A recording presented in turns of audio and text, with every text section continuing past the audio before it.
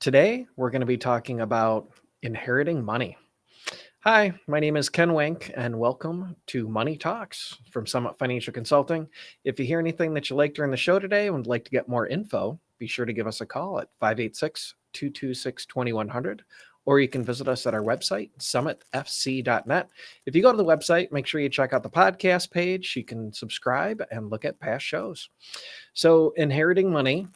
Sometimes it's a little bit of a disappointment because you lost a loved one. Sometimes it's some long lost aunt and it's just sort of a surprise.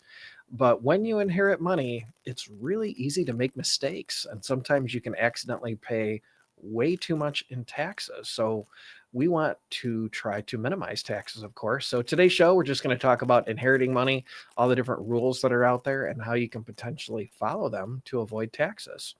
Before we jump in, I'd like to introduce my co-host, Tony Shore. Tony, welcome to the shore, or welcome to the shore. Welcome to the show once again.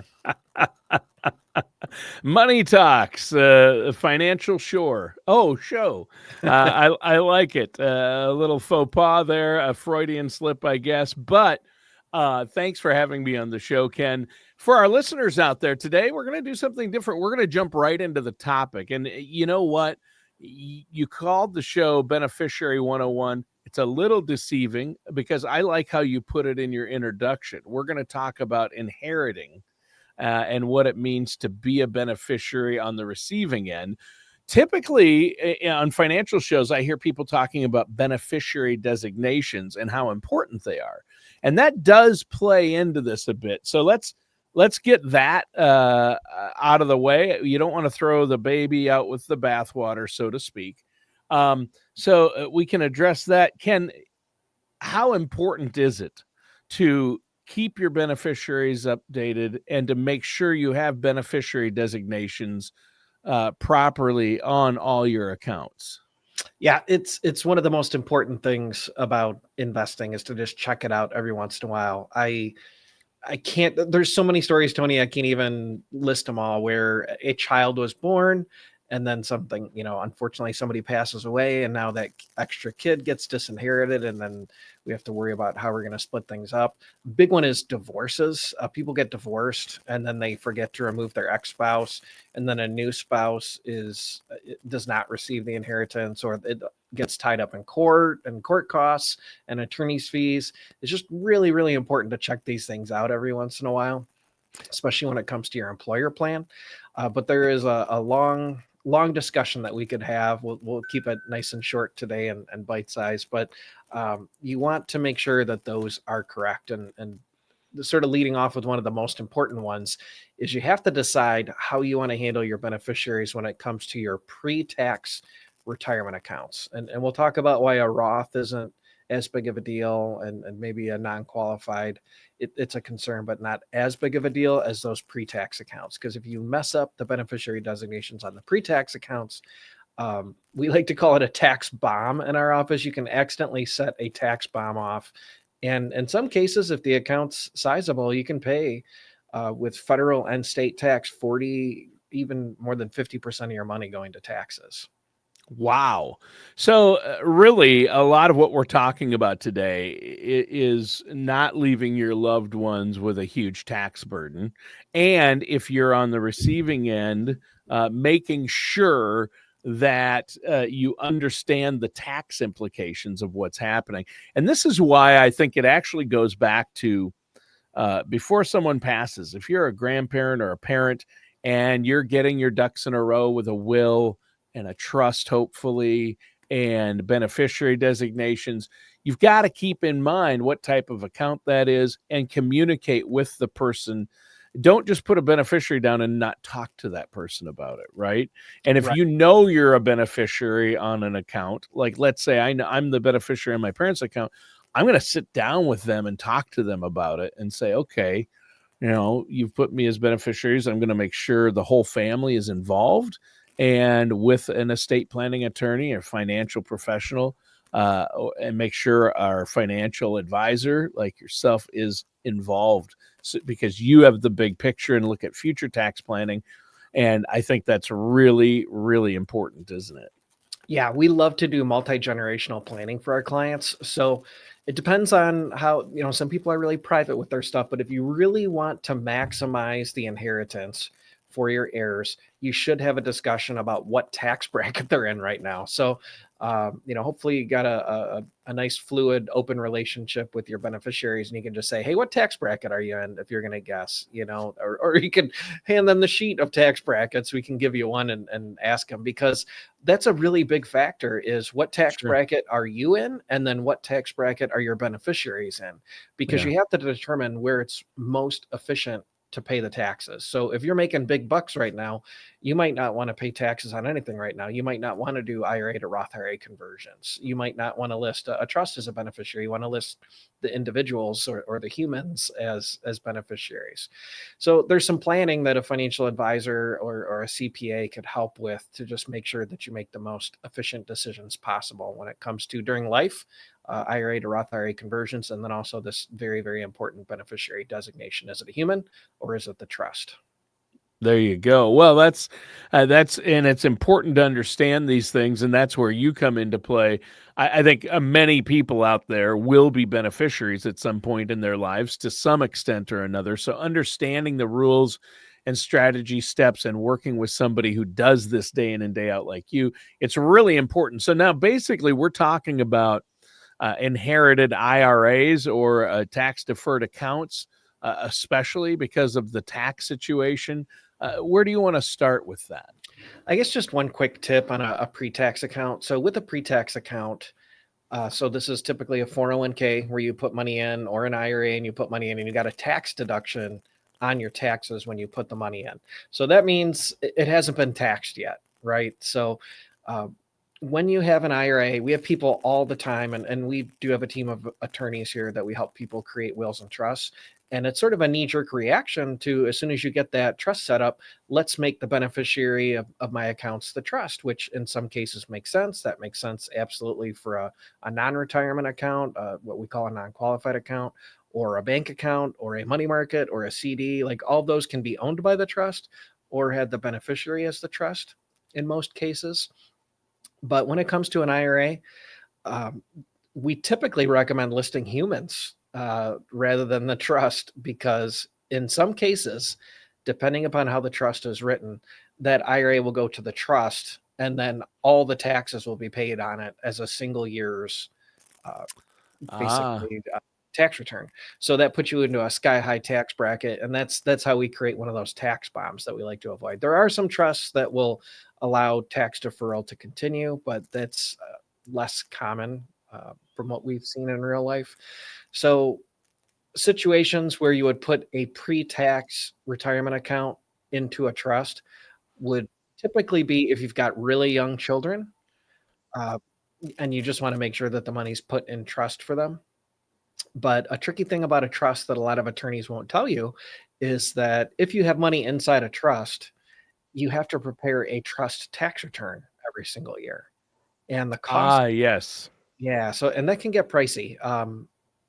We have a CPA tax practice here, and it can cost anywhere from $300 all the way up to thousands of dollars for a trust tax return, and that's each and every year. So Wow, interesting. yeah, so you just have to sort of weigh the options there of, okay, I don't want, I'm a little bit nervous about this one, that he might spend money too fast, but if you're leaving him a small amount of money and they're going to pay $1,000 a year to have the trust tax return repaired or prepared each year, it might not work out as smoothly as you might like. So again, Interesting.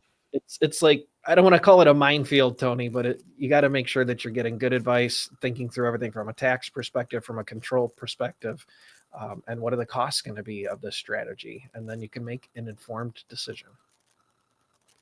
There you go. And I find it interesting that typically what I hear from a lot of financial advisors out there is always, go with a trust. It's so much better. It helps you avoid probate. But in the case of an inherited IRA, a traditional IRA, it's better to have the beneficiary be a person rather than a trust, is what you're saying in a lot of cases for a lot of people.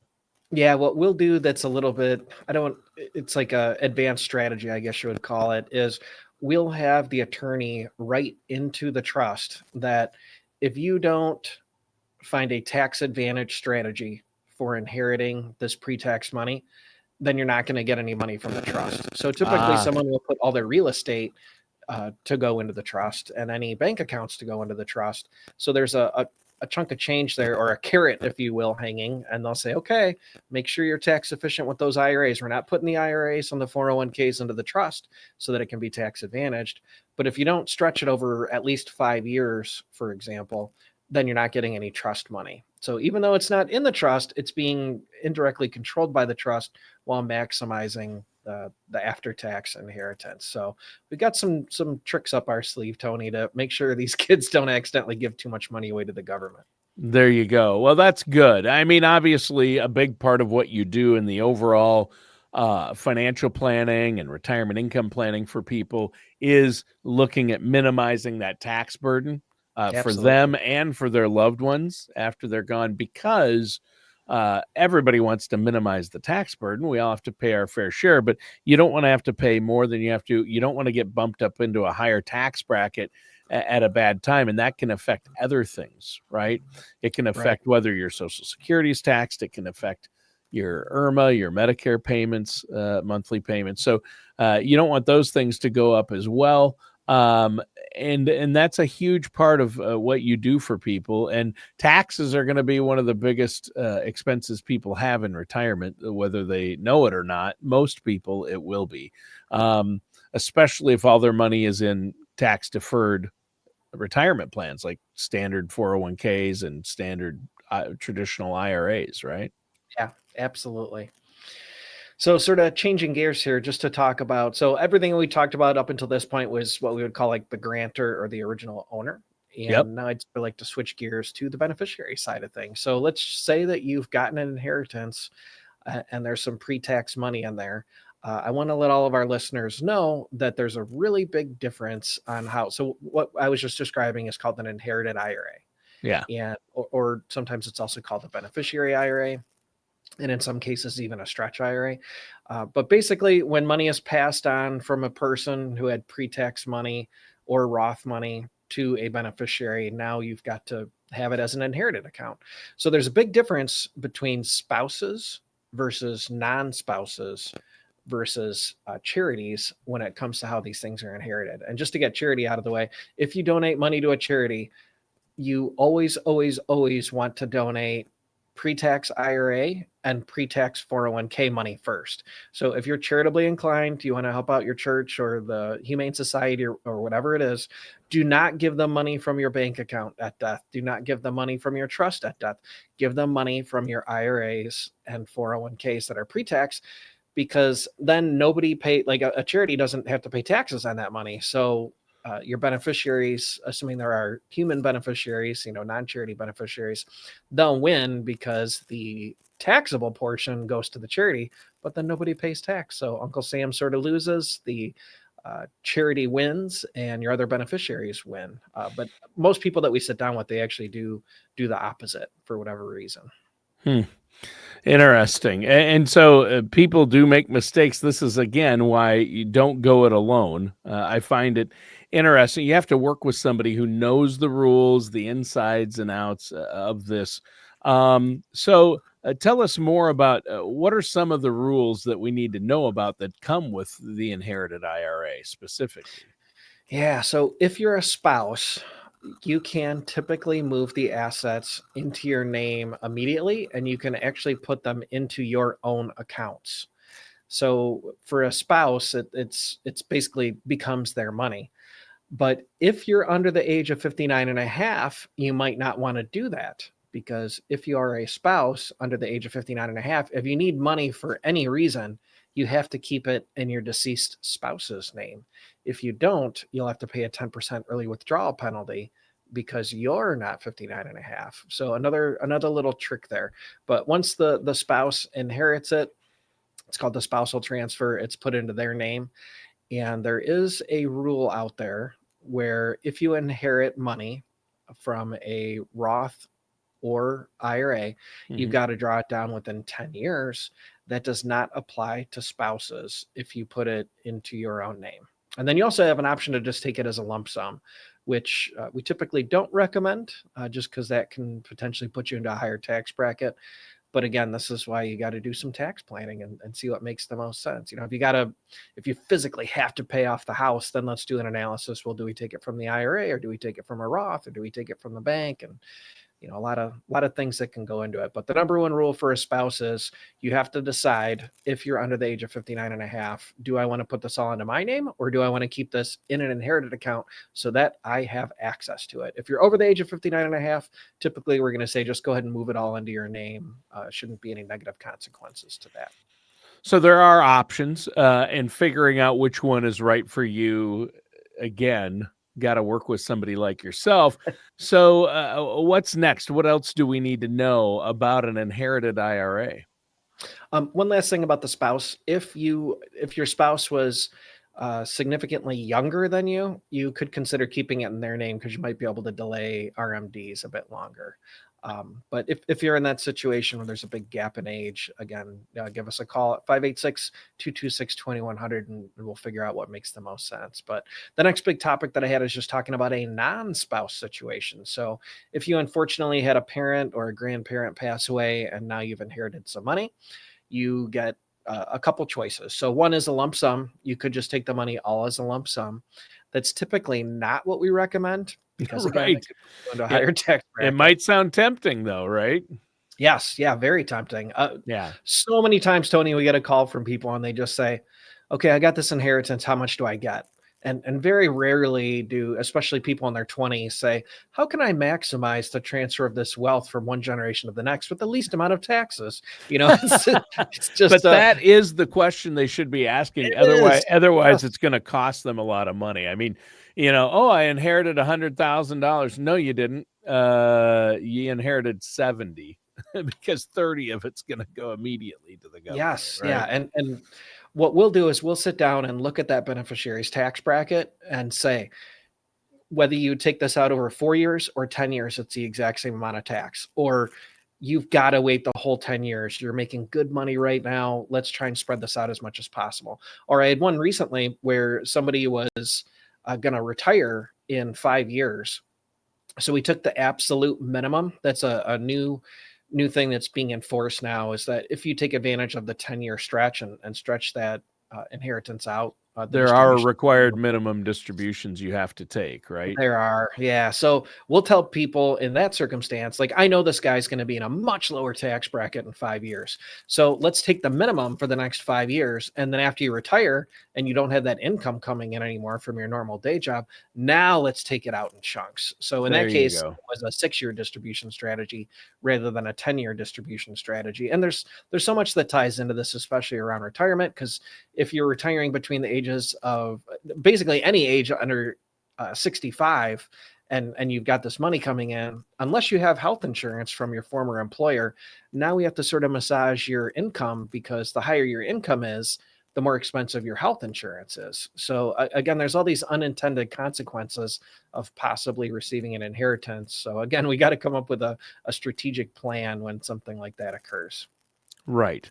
And that's where a little planning goes a long way. I mean, if you're talking about the difference, tens of thousands of dollars difference, or more, right? I mean, depending on how much you're inheriting. So, I know that we've been talking about traditional IRAs on the show today, Ken, and an inherited IRA. What about Roth? Yeah, at the very beginning of the show, you mentioned Roths. So I would assume a Roth, what's to know about a Roth? Because you don't pay taxes on an inherited Roth, do you? Or do you? No, you don't. So that's the best thing about a Roth IRA inheritance, is that no taxes are due. So sometimes people will come in and say, hey, this is tax-free. I'm going to take it all at once. And we'll normally tell them, unless you really need it for something, let's tap the brakes for a minute, because it's going to grow tax-free. So it's not tax deferred, it's tax-free. So if you're lucky and you double your money every 7 years in investment, good investments hopefully will double their money every 7 years. That's one of our goals anyways. Mm-hmm. So yeah, if you wait 7 to 10 years before taking this money, you could literally double your inheritance just by letting it grow tax-free. Wow. So you still got, some required minimum distributions on these accounts that you got to take out. But yeah, this option of spreading it out over multiple years, letting it grow tax-free, it can really be a phenomenal benefit to wait. But every situation's different, and it is uh, mighty attractive to just take it all at once. But sit down with somebody Yeah. like me or any member of my team, and we can talk it over with you and just talk about the positives and negatives of it. Yeah. Well, yeah, it is interesting. I mean, in one sense, you're saying the best strategy for a Roth might be the same as a traditional. In other words, take a little bit out, let it grow over time, right? Because it's going to grow tax-free anyway, the Roth. So I think this is another example of you have to have a thorough strategy in place. That makes the difference. To follow the rules, maximize the benefit of what you've inherited. And that's exactly what you help your clients do. But again, you say everybody's situation is different. Yes. Yeah. And another thing to talk about is just when it comes to investment selection. So I have clients all the time that inherit assets. The most common one here in Southeastern Michigan is Ford stock. Dad worked at Ford for 40 years. He loved Ford and he had all this Ford stock, and they just don't want to get rid of it. Whether it's sentiment, same thing with Yeah. DTE stock here. That's the local Detroit electric company. Like there are these Sure. certain companies that people just have their heart set on, and the dividends were great, Tony. I just can't get rid of it. You've got to do what's best for you. You've Yeah. got to take the heart or the emotional attachment to certain investments out of it. There's been times where Ford stock, just to pick on them for a minute, it didn't make any money for 10 years.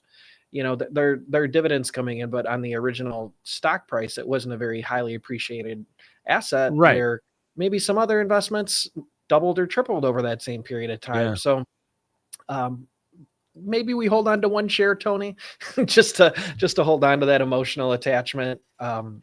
But we want Sure. to make sure that we're making investment decisions that benefit us. We're using our mind and we're using logic more so than our hearts when it comes And that's to. where you come in. Again, that's what you do for your clients. You take the emotion out of it and say, okay, what are your goals? What is your time horizon? When are you going to need what amount of money? And once you figure all that out, then say, okay, here's the best way to achieve it. Maybe it includes Ford stock. Maybe it doesn't. For some people, it might. For others, it might not. So, and we're not picking on Ford you're just using that as an example. Yeah, I mean, here, where I grew up in Minnesota, 3M Oh, is the sure. big employer, right?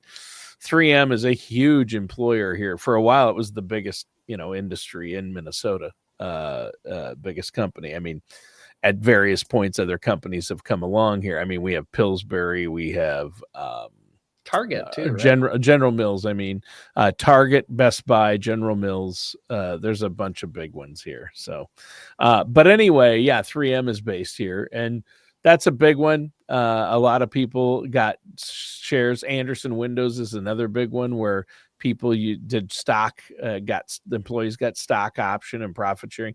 And so a lot of people are sentimental about Anderson Windows stocks and 3M stocks, and two great companies who have done very well over time. But again, there's been periods of time where that money their accounts would be much larger now had they diversified, obviously. So it's good to own stocks. You can have some sentimental stocks, but there's really no reason to. It's not like it's not like the companies are going to do what they're going to do whether you own their stock or not. Somebody will. So Right. yeah, it doesn't really make sense if what you're trying to do is maximize your financial potential and your retirement goals, right? Right. Yeah. Every situation's a case by case basis. I did have a client that inherited some stock last year, and I looked at everything about the company. I said, "This is great. You should definitely hold on to this." There are times where it does make sense to hold it, Sure. but we got to do our due diligence on that and see if Yeah. it makes Yeah. And sense. everybody's situation is different. That's why we're not making individual recommendations for people here on the show. We're just making generalizations and examples to say, hey, don't necessarily put all your eggs in one basket, and get an outside professional who's not going to have an emotional attachment to look at it. Right. Yeah. Especially when it comes to the estate planning too. Like we want to get attorneys involved and come up with a comprehensive game plan that is personalized for your situation. Right. Right. So I think that we've covered a lot. We maybe have time for one more thing here today. Is there anything else you want to add to this discussion? There are a list of groups called Eligible Designated Beneficiaries. Okay. Acronym is EDBs. So there's a short list of people that the 10-year rule does not apply. So Okay. before the Secure Act 1.0, you used to be able to spread out these inheritances over your life expectancy. So you could drag out an IRA for 30, 40 years. It got changed to 10 years. But Yeah, there's a the stretch IRA was a great strategy, right? yes. And Yep. people utilized it to minimize the tax burden, I should say, and maximize their benefit. Unfortunately, they took that away. Yep. So there's a small group that are exempt from that requirement. So we already mentioned spouses, but that does include minor children, the chronically ill, someone who's disabled, and then those who are within 10 years of the original owner's age will be able to stretch on life expectancy. Interesting. Okay. I did not know about that last one. Those within 10 years of the original owner's age. Yeah, so like if you like I see that with stepchildren sometimes. Oh, I see. Sure. Second marriage, and so yeah, that one's a very, very unique one that doesn't happen very often. But Sure. I would. or maybe like maybe your friend, if you didn't have any kids and you list your friend as a beneficiary. But yeah, there are situations where that 10-year rule will not apply based upon life expectancy instead. Yeah. Well, one thing is for sure. You don't want to go into this without a plan. If you're inheriting an IRA or inheriting any type of account, you really want to get an opinion from a trusted financial services professional who's a fiduciary, who's going to look at your overall plan or work with you on an overall plan. And I know you're offering our listeners and viewers a no charge, no obligation consultation. If they want to get a financial plan or a retirement income plan in place so they know where they're headed, how much money they're going to need, see where they're at, how they're allocated, maybe adjustments are needed, minimize that tax burden. How can our listeners and viewers get a hold of you to set that up? Yeah, give us a call at 586-226-2100, or just go to our website, summitfc.net, and contact us. We'd be happy to sit down with you, whether you're trying to figure out how to set up your beneficiary designations in your trust as appropriate as possible to minimize taxes, or if you're inheriting money. All of this can be integrated into a retirement income plan, IRA to Roth IRA maximization plan. So many things that we can help with, Tony. We have really amazing software that allows us to crunch all these numbers and, based upon current tax law, come up with the best game plan possible. We'd be happy to do it for you for no charge. Give us a call. All right. What's that number one more time, Ken? 586-226-2100. All right. And that does it for today's episode of Money Talks with our host, Ken Wink.